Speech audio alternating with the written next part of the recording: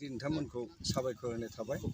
आं रायदाव आफादनि आफादगिरि महरै खावलायोदि नैबे फैगोन 15-16 नभेम्बरनि जिथुनाखि जोंनि बर' थुनलाइ जोनोम साननिनो हाबाफारि लानानै गाब गोनाङै खुंनो थाखाय लाहार फाहार खालामनाय जादों आरो बेवहाय जोङो बे खुंनायाव रायजो राजानिफ्राय जों अनसुंथाइ लायदोङो आरो रायजो राजाया जोंनो अनसुंथाइखौ गोसो गोरबोजों हरदोङो।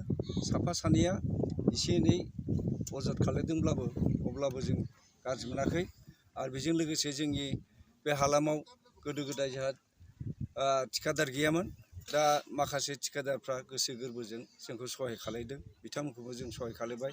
फोरोंगिरिफ्रा सहाय खालामदों, फोरोंगिरि बिथांमोनखौबो जोङो साबायखर बावदों आरो बेजों लोगोसे ओनसोलाव गोनांफोर थानाय जाय बिजनेस एबा फालांगि मावनाय बिथांमोनाबो जोंखौ सहाय खालामदों। बिनि थाखाय जोङो बिथांमोनखौबो साबायखर होदों आरो जों आसा खालामदों बे साननैनि हाबाफारिया गाजा गोमजायै गहपुर जिल्ला बर' थुनलाइ आफादा जों खुंनो हागोन। आलासिफोरखौ लेंहरनायाव जोंहा आफादगिरिया दहाय बुंलांबाय। बेजों लोगोसे जोंनि देंखोगिरि हिसाबै जोङो मोनाबिलि हारिमु रावदि बसुमतारी मोनाबिलि हारिमु बिलिफाङाव जोङो हांख्रायहरदों बुदां बल्लभ, जाय बिथाङा आसामनि बिख्यात देंखोगिरि। बिथांखौ मोननानै जों गोजोनदों आरो बेजों लोगोसे जोंनि ओनसोलनि उन्दै उन्दै देंखोगिरिफोर थागोन, जाखांफुनाय देंखोगिरिफोर थागोन, बिथांमोनखौबो जोङो हांख्रायहरदों। जोबनायाव आं आसा खालायो जाहाथे रायजो राजाफ्रा नैबे थुनलाइनि, गावनि हारिनि, गावनि रावनि फोथांना लाखिनायाव रां रुफा जिथुनाखि रायदाव आफादा जेखौ खांहैदों एबा बिदों बेखौ जाहाथे मुक्त हस्ते एबा आखाइ फुवारनानै गोसो गोरबो गोथारै जाहाथे हरो, जाहाथे खांग्राफोरखौ जोङो अजद खालामलायनो नाङा। मानो होनबा बेबो जाथिनि मोनसे खामानि। सासे सानै ओंखाराब्ला बयबो ओंखारनो हाया। बे सासे सानैयानो जों खांनानै खामानिखौ जाफुंनांगोन। बे खामानि जाफुंनाया रायदाव आफादनि जाफुंनाय नङा, बे समग्र बर' हारिनि जाफुंसारनाय होननानै जों सानो। जों बेखौनो खावलायो। दा बे आयं अनसुंथाइनि बेलायाव बिटिआरनि चिफ प्रमद बर' सारनिफ्राय माबाफोर अनसुंथाइ बिनाय जादों नामा, मोननाय जादों नामा? बिनाय जायाखै, जोङो थांनाय जायाखै आरो गोजानबो जायो, मोननायसार मोनैसार आरो खामानियाबो बावैनो जासिगोन नालाय। अननानै हरोबा जों नाजावगोन। ओरैनो लाइजामफोर हरनाय जादों नामा? लाइजामबो हरनाय जायाखै, बिदि लाइजाम हरनाय जायाखै जों। मानो होनब्ला प्रत्येक जिल्लायावनो खालामनाय जागोन नालाय, बेखायनो जों लाइजाम हरनाय जायाखिसै आरो बेखिनियानो। आङो मिडिया पार्सनसिम गोजोन फुंबिलिनि हामलायनाय बावनाय थाबाय।